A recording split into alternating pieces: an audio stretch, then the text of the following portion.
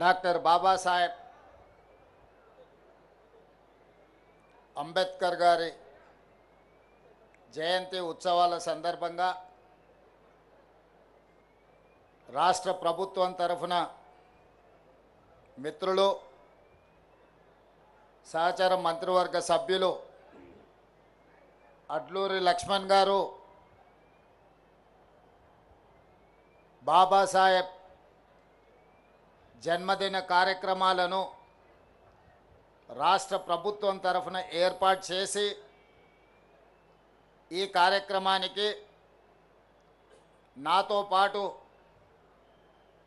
సోదరిమణి ధనసరి అనసూయ సీతక్క గారిని, హైదరాబాద్ ఇన్ఛార్జ్ మంత్రివర్యులు మిత్రులు పొన్నం ప్రభాకర్ గారిని, ఖైరతాబాద్ శాసనసభ్యులు మాజీ మంత్రివర్యులు మిత్రులు దానం నాగేందర్ గారిని, శాసనమండలి సభ్యులు అద్దంకి దయాకర్ గారిని, అదేవిధంగా శాసనసభ్యులు డాక్టర్ కవ్వంపల్లి సత్యనారాయణ గారిని, అదేవిధంగా తుంగతుర్తి శాసనసభ్యులు మందుల సామ్యల్ గారిని, జూబ్లీ హిల్స్ శాసనసభ్యులు నవీన్ యాదవ్ గారిని, అదేవిధంగా సికింద్రాబాద్ మాజీ పార్లమెంట్ సభ్యులు అత్యంత సీనియర్ నాయకులు జంట నగరాలలో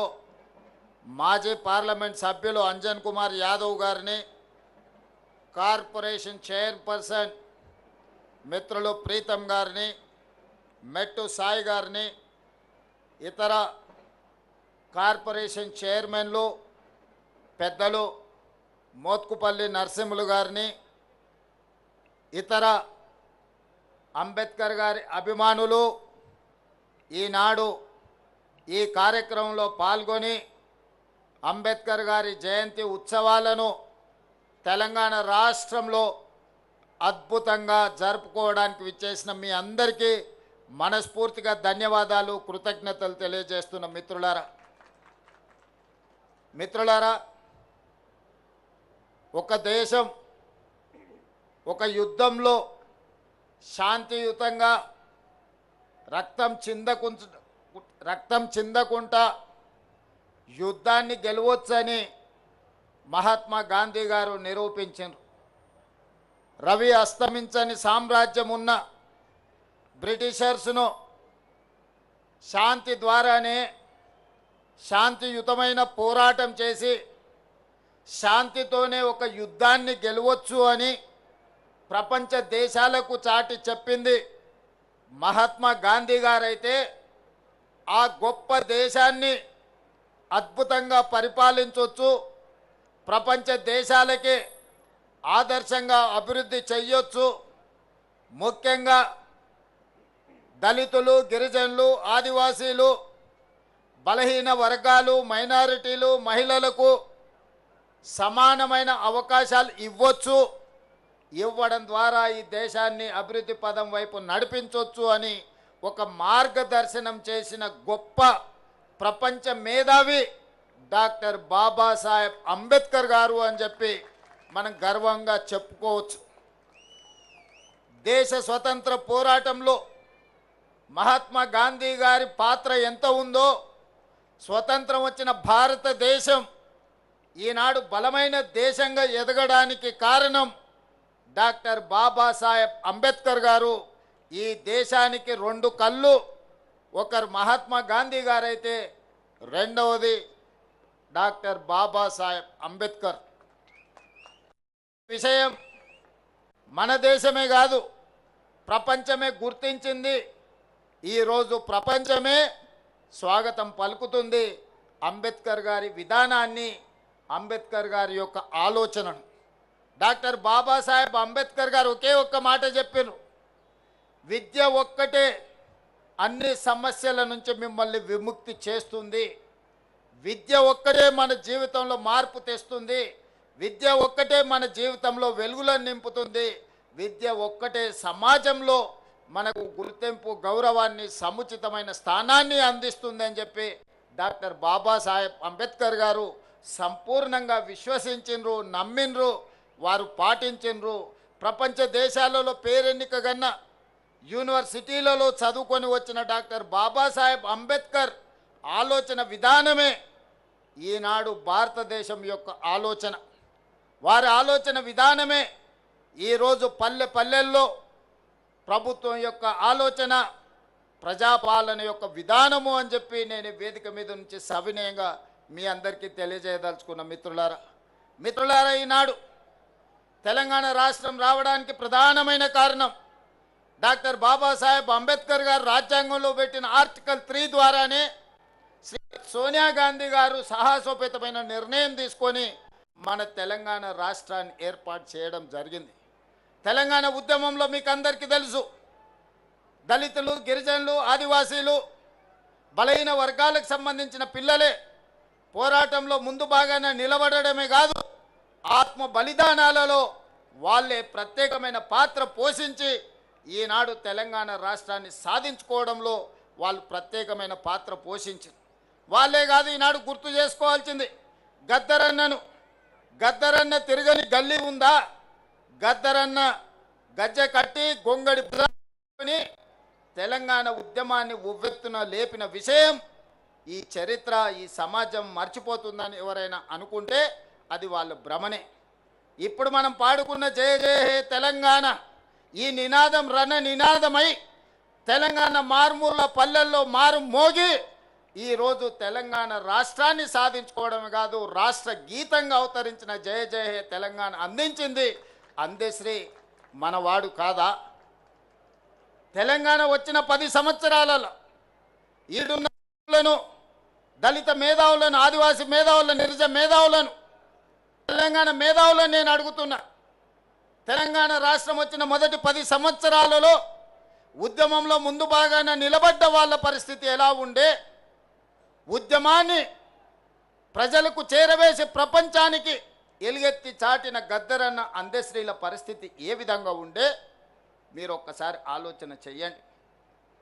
వారి ఎన్నికల వాగ్దానం ఉండొచ్చు, వాళ్ళు ఏమేమో చెప్పి ఉండొచ్చు, మంత్రివర్గంలో అయినా దళితులకు, గిరిజనులకు ఇచ్చిన స్థానం ఏందో మీరు ఒక్కసారి ఆలోచన చెయ్యండి అని చెప్పి నేను నా మిత్రులకు సవినయంగా విజ్ఞప్తి చేస్తున్నా. మిత్రులారా, ఆనాడు మంత్రివర్గంలో ఉన్న స్థానం ఎంత, సంఖ్య ఎంత, ఏ జాతికి ఎంతుండేనో మీరు లెక్కేసుకోండి. ఈనాడు ఈ దళితులకు, గిరిజనులకు ఈరోజు మంత్రివర్గంలో ఉన్న లెక్కెంతనో మీరే లెక్కించి నాకు చెప్పండి.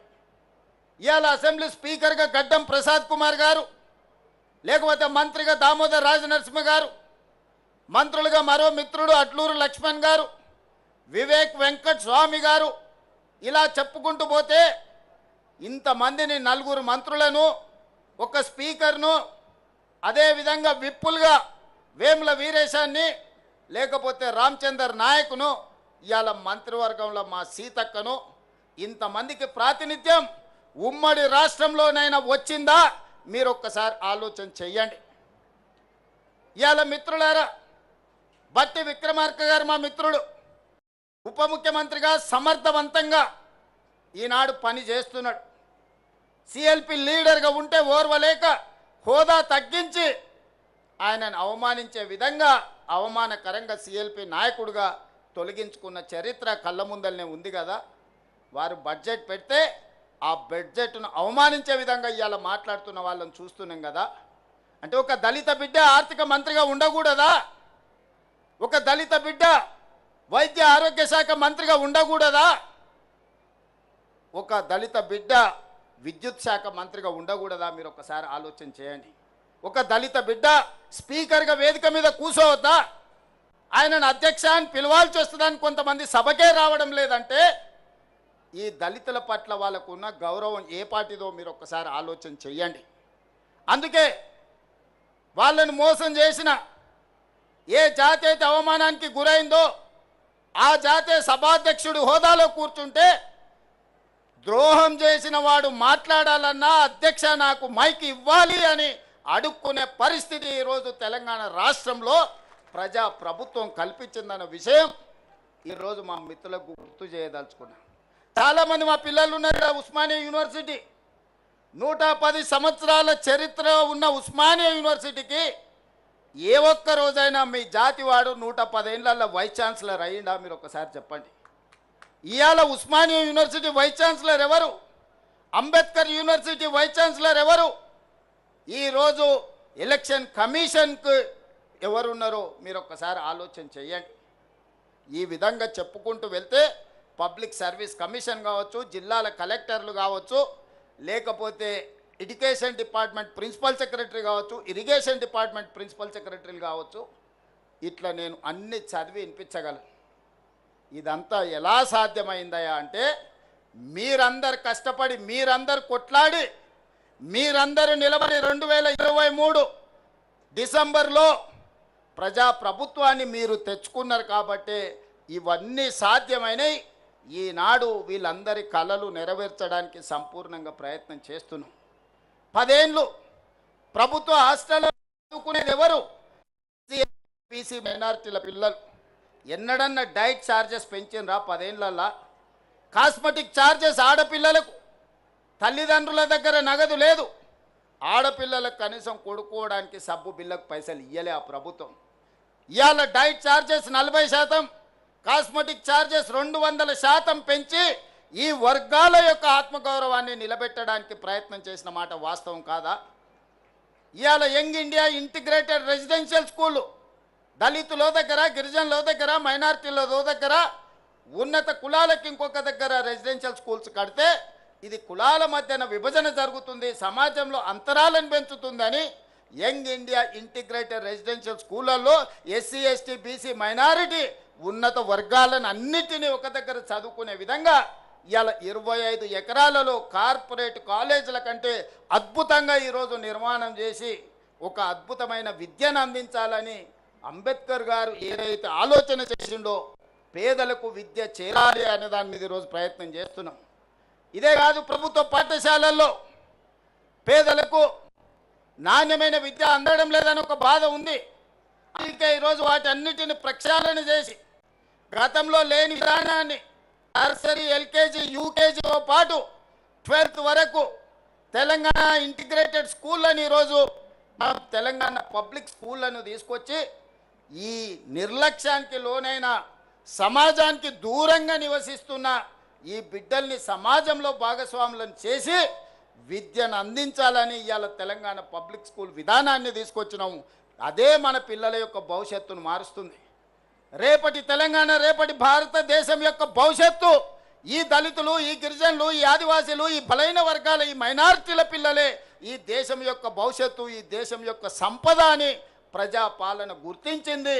ప్రభుత్వ పరంగా అన్ని రకాలుగా మిమ్మల్ని ప్రోత్సహించడానికి ప్రయత్నం చేస్తున్నాం. ఈ ప్రయత్నాలన్నీ చేయడం వల్ల గత 10 సంవత్సరాలు జరిగిన పరిపాలనను, ఈ 2 సంవత్సరాలు జరిగిన పరిపాలన అంచనా వేసుకొని ప్రజలు మొన్న జరిగిన ఉప ఎన్నికలు కావచ్చు, మున్సిపల్ ఎన్నికలు కావచ్చు, లేకపోతే పంచాయతీ ఎన్నికల్లో కావచ్చు, ఈ పేదలు పట్టం కడితే చూసి ఓర్వలేక ఈరోజు కుట్రలు చేస్తున్నారు, తప్పుడు ప్రచారం చేస్తున్నారు. ఇవాళ 4.5 లక్షల ఇందిరమ్మ ఇండ్లు ఇచ్చినాం. నేను అడుగుతున్న వేదిక మీద ఉన్న నాయకుల నుంచి ఇక్కడ ఉన్న పేదవాళ్ళ వరకు ఈ 4.5 లక్షల ఇండ్లల్లో అత్యధిక శాతం దళితులకు, గిరిజనులకు వచ్చిన మాట వాస్తవం కాదా? నియోజకవర్గాల వారిగా మీరు లెక్క తీయండి. ఆనాడు డబుల్ బెడ్రూమ్ ఇండ్లు అని చెప్పిండు, ఎంతమందికి వచ్చినాయో మీరే లెక్క చూసుకోండి. నేను చెప్పదలుచుకోలేదు, మీరే ఆలోచన చేయండి. ఈనాడు ఇందిరమ్మ ఇండ్లైనా, లేకపోతే ఈనాడు ప్రభుత్వం అమలు చేస్తున్న విద్యా విధానమైనా, అంతెందుకు మేము వచ్చిన తర్వాత 67,000 పైచీలకు ప్రభుత్వ ఉద్యోగాలు, group 1, group 2, group 3, group 4, police department, medical and health department, వివిధ శాఖలల్లో మేము 67,000 ఉద్యోగాలు మేము నియమించినాం. నేను అధికారికంగా ఈరోజు లెక్క చెప్తున్నా. 67,000 ఉద్యోగాలల్లో 87% ఎంత? 87% ఎస్సీ, ఎస్టీ, బీసీ, మైనారిటీలకు ఉద్యోగాలు వచ్చినాయంటే 50,000 పైగా ఈరోజు ఈ వర్గాలకు ప్రభుత్వ ఉద్యోగాలు వచ్చినాయి. ఇంతకుముందే మా మిత్రుడు లక్ష్మణ్ చెప్పిండు, గ్రూప్ 1 రిజల్ట్లో మా పిల్లలకు చాలా ఉద్యోగాలు వచ్చినాయి. ఈరోజు రాజీవ్ గాంధీ సివిల్స్ కోసం ఈరోజు పరీక్షలు రాస్తున్న పిల్లలకు మనం ఆర్థిక సహాయాన్ని సింగరేణి నుంచి అందిస్తే ఈరోజు ఈ ఎస్సీ ఎస్టీల పిల్లలు అత్యధికంగా ఐఏఎస్లలో ఈరోజు సెలెక్ట్ అయినరు. అందుకే మిత్రులారా, ఈరోజు ఈ విధంగా పరిపాలనను చక్కబెడుతూ గతంలో చేసిన అప్పులను తప్పులను సరిదిద్దుకుంటూ ఈరోజు ముందుకెళ్ళే ప్రయత్నం చేస్తున్నాం. పనిలో భాగంగా నిరంతరం మేము పనిచేస్తుంటే కొంతమంది వెనకాల నుంచి కుట్రలు చేస్తున్నారు, గోతులు దవ్వుతురు. గోతులు దవ్వేటోళ్ళను అదే గోతిలో పాతిపెట్టే బాధ్యత మీరు తీసుకోవాలి మిత్రులారా. ముందల నేను చూసుకుంటా, వెనకంగా ఎవడైతే గోతి దవ్వుతాడో వాళ్ళ సంగతి మీరు చూసుకోవాలి. మా నరసింహులన్న చెప్పాడు, మేము ఉంటామా నీకెందుకు నువ్వు నడుపు అని. మరి మా నరసింహులన్న మాట మీద వెనకంగా గోతులు దవ్వేటోళ్ళను, నక్క జిత్తులోళ్ళను, నల్లి కుట్లోళ్ళను మీరే ఏదో ఒకటి చెయ్యాలి. మీరు చేయకపోతే నష్టం జరుగుద్ది. ఎందుకనంటే ఒక మంచి లక్ష్యంతో, ఒక మంచి టీంతో బట్టి విక్రమార్క గారు కావచ్చు, మా సీతక్క కావచ్చు, దామన్న కావచ్చు, లక్ష్మణ్ కావచ్చు, ప్రసాద్ కుమార్ గారు కావచ్చు, ఇలా చెప్పుకుంటూ వెళ్తే పొన్నం ప్రభాకర్ గారు కావచ్చు, అన్ని వర్గాలకు మంత్రివర్గంలో అవకాశం కల్పించి అన్ని వర్గాల యొక్క ఆలోచనను తీసుకొని అన్ని వర్గాలకు సంక్షేమాన్ని అభివృద్ధిని అందజేయాలని ఈనాడు మా ప్రభుత్వం ప్రయత్నం చేస్తుంది. 10 ఏళ్ల విధ్వంసం 100 ఏళ్ల నష్టానికి దారితీసింది. దాన్ని ఇలా సరిదిద్దుకుంటూ చక్కదిద్దుకుంటూ ఆనాడు చేసిన అప్పులను చెల్లించుకుంటూ తప్పులను సవరించుకుంటూ ఈనాడు పరిపాలన జరుగుతుంది. మీ అందరికీ తెలుసు, 10 ఏళ్లలో ఆ గొప్ప గొప్ప ఉపన్యాసాలు ఇచ్చే నాయకులు ఎన్నిసార్లు అంబేద్కర్ గారి జయంతికో వర్ధంతికో హాజరైనరో మీరే లెక్కేసుకోండి. ఇంతకంటే లెక్క అవసరం లేదు, ఇంకా వేరే లెక్క అవసరం లేదు. ఇది ఒక్క లెక్క చూసుకోండి, మీ పట్ల వాళ్ళకున్న అభిమానం ఏందో, ఆలోచన ఏందో. అందుకే మిత్రులారా, ఈ ప్రభుత్వం మనది. ఇది ప్రజల కోసం అందిస్తున్న ప్రజాపాలన. ఈ ప్రజాపాలనను కాపాడుకునే బాధ్యత మనది, ప్రజాస్వామ్యాన్ని కాపాడుకునే బాధ్యత మనది. అందుకే ఇవాళ కేంద్ర ప్రభుత్వం మహిళా రిజర్వేషన్ల గురించి, నియోజకవర్గాల పునర్విభజన గురించి, సీట్ల పెంపు గురించి కలగాపులగం చేసి మాట్లాడుతున్నారు. మహిళలకు మీరేం చేసిందని మమ్మల్ని సవాల్ విసురుతున్నారు. నేను ఒక్క మాట చెప్పదలుచుకున్నా, ప్రపంచంలో చాలా దేశాలలో మహిళలకు ఓటు హక్కు లేనప్పుడు పురుషులతో పాటు సమానంగా డాక్టర్ బాబాసాహెబ్ అంబేద్కర్ గారు మహిళలకు ఓటు హక్కు ఇచ్చి ఈ ప్రభుత్వాన్ని ఎదుర్కొనే అధికారాన్ని ఆడబిడ్డల చేతుల్లో పెట్టాడు. మహిళలకు మన దేశంలో పురుషులతో సమానంగా డాక్టర్ బాబాసాహెబ్ అంబేద్కర్ గారు ఓటు హక్కు ఇచ్చే వరకు చాలా దేశాలలో మహిళలకు ఓటు హక్కు లేదు. మహిళలు బయటికి వచ్చి బహిరంగంగా తిరిగే పరిస్థితి లేని రోజులు. ఆ రోజుల్లోనే డాక్టర్ బాబాసాహెబ్ అంబేద్కర్ గారు మహిళలకు ఓటు హక్కు ఇచ్చి సమానమైన అవకాశాలను పురుషులతో పాటు సమానమైన విలువ ఆధారిత ఓటు హక్కునిచ్చిండు. ఆ తర్వాత పంచాయతీరాజ్ కావచ్చు, మున్సిపల్లో కావచ్చు, మహిళలకు రిజర్వేషన్లు రాజీవ్ గాంధీ గారు అందించారు. చట్టసభలలో, అసెంబ్లీలో, పార్లమెంటులో సోనియా గాంధీ గారు మహిళలకు రిజర్వేషన్లు ఇవ్వాలి అని 33% ఇవ్వాలని బిల్లును పాస్ చేసి రాజ్యసభలో. కానీ లోక్సభలో కొన్ని రాజకీయ పార్టీలు అడ్డుకున్నాయి. సంతోషం, ఇవాళ మీరు మహిళా రిజర్వేషన్లు అమలు చేస్తామంటారు. మహిళా రిజర్వేషన్ల అమలు ముసుగులో దక్షిణాది రాష్ట్రాలకు అన్యాయం చేసే ప్రక్రియ చేపడుతున్నారు. మొదట జనాభా అన్నారు. జనాభా లెక్కలేస్తే దక్షిణ భారతదేశంలో కుటుంబ నియంత్రణను పాటించడం వల్ల, అభివృద్ధి పదం వైపు రాష్ట్రాలు నడిపించడం వల్ల జనాభా తగ్గిపోయి సీట్లన్నీ కోల్పోయే పరిస్థితి వచ్చింది. దానికి అభ్యంతరం బలంగా వ్యక్తం చేస్తే ప్రోరేటా ప్రకారం, అంటే దామాషా ప్రకారం 543 సీట్లు ఈరోజు దేశంలో ఉంటే 50% సీట్లు 272 సీట్లు పెంచుతాం. అందులో ఏ రాష్ట్రంలో ఎంత ఉందో ఆ రాష్ట్రంలో అందులో సగం పెంచుతామని. ఉదాహరణ, కేరళలో 20 సీట్లు ఉన్నాయి, వాటిని 30 చేస్తామని 50% పెంచి. ఉత్తరప్రదేశ్లో 80 సీట్లు ఉన్నాయి, వాళ్ళకు 120 చేస్తామని. ఇవాళ కేరళకు 20, ఉత్తరప్రదేశ్కి 80. ఈ రెండింటి మధ్యలో తారతమ్యం 60 సీట్లు మాత్రమే. రేపు కేరళ 30 అయ్యి ఉత్తరప్రదేశ్ 120 అయితే ఈ అంతరం 60 నుంచి 90కి పెరుగుద్ది. రాజకీయాలలో ఒక్కొక్క ఓటుకు ఎంత విలువ ఉందో వాజ్పేయి సర్కారు కూలినప్పుడు తెలిసింది కదా కేంద్ర ప్రభుత్వంలో. ఒక్క రాష్ట్రంలోనే ఉత్తర భారతంలో 30 సీట్లు పెరిగితే మరి అక్కడున్న దళితులకు గిరిజనులకు రిజర్వేషన్లు పెరగవచ్చు, నేను కాదంటలేను. సీట్లు దక్కడం వల్ల దక్షిణాది రాష్ట్రాలలో ఉన్న దళితులకు గిరిజనులకు మహిళలకు నష్టం జరుగుతలేదా? ఇవాళ తెలంగాణలో 17 సీట్లుంటే 2 ఎస్టీలకు ఉన్నాయి, 3 ఎస్సీలకు ఉన్నాయి. ఇవి 30 సీట్లు అయితే ఎస్సీలకు 6 అవుతాయి, ఎస్టీలకు 4 అవుతాయి. కానీ అదే 25 అయితే ఇందులో తగ్గుతాయి. ఈ చిన్న లెక్క కేంద్ర ప్రభుత్వంలో మంత్రులుగా ఉన్న తెలంగాణ రాష్ట్రం నుంచి ప్రాతినిధ్యం వహిస్తున్న వాళ్లకు లెక్క తెలుస్తలేదా? ఏ లెక్కన మా కోటాను తగ్గిస్తారు? కేంద్ర ప్రభుత్వం ఇచ్చిన ఆదేశాలను అమలు చేసినందుకు, జనాభా నియంత్రణ పాటించినందుకు, ప్రభుత్వం చెప్పిన మాట విన్నందుకు దక్షిణాది రాష్ట్రాలలో ఉన్న దళితులను గిరిజనులను మహిళలకు నష్టం చేస్తారా మీరని నేను అడగదలుచుకున్నా. ఇవాళ ఈ ప్రాంతంలో ఎన్ని సీట్లు పెరుగుతాయి? మీ జనాభా నిష్పత్తి ప్రకారం మీకు అన్ని సీట్లు పెరుగుతాయి. ఎన్ని సీట్లు తగ్గితే అన్ని సీట్లు దళితుల గిరిజనులకు ఆటోమేటిక్గా తగ్గుతాయి, మహిళలకు ఆటోమేటిక్గా తగ్గుతాయి.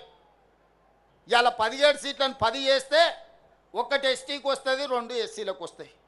అదే 17 సీట్లను 30 చేస్తే 4 ఎస్టీలకు వస్తాయి, 6 ఎస్సీలకు వస్తాయి.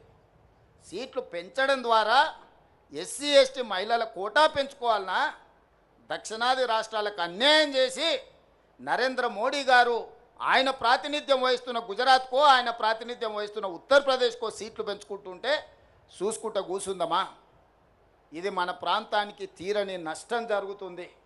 అందుకే ఈ అంశాలను లేవనెత్తిన మిత్రులారా, సంఘాలందరూ కూడా సమాలోచన చేయండి, మేధావులందరూ ఆలోచన చేయండి. మన దక్షిణాది రాష్ట్రాలలో సీట్లు ఎన్ని పెరిగితే అన్ని దళితులకు గిరిజనులకు మహిళలకు సీట్లు పెరుగుతాయి. మనం సీట్లు పెంచుకోవడానికి కొట్లాడాలి.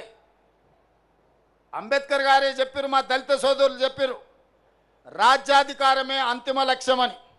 ఆ రాజ్యాధికారం సాధించాలి అంటే ఆ సీట్లు మనకు కేటాయించాలి. ఆ సీట్లలో మనం ఎన్నికై చట్టసభలకు పోవాలి. అప్పుడే మన హక్కుల గురించి మనం మాట్లాడతాం, మన హక్కుల గురించి మనం కొట్లాడతాం. కాబట్టి ఈనాడు ఏదైతే రాజకీయ కుట్ర జరుగుతుందో, మహిళా రిజర్వేషన్ చేయాలంటే మాకెవరికి అభ్యంతరం లేదు. 543లో 33%, 181 సీట్లు ఎల్లుండి పొద్దున్నే మహిళలకు పార్లమెంట్లో రిజర్వేషన్ ఇయ్యండి. అది అమలైన మళ్ళీ తెల్లారే 119 సీట్లున్న తెలంగాణలో 40 సీట్లకు ఆడబిడ్డలకు తెల్లారే అసెంబ్లీలో బిల్లు పాస్ చేసి మీ అందరికి ఆడబిడ్డలకు సీట్లు ఇచ్చే బాధ్యత నాది. చెప్పిన మాట మీద నిలబడే ప్రభుత్వం ఈనాడు ఉంది.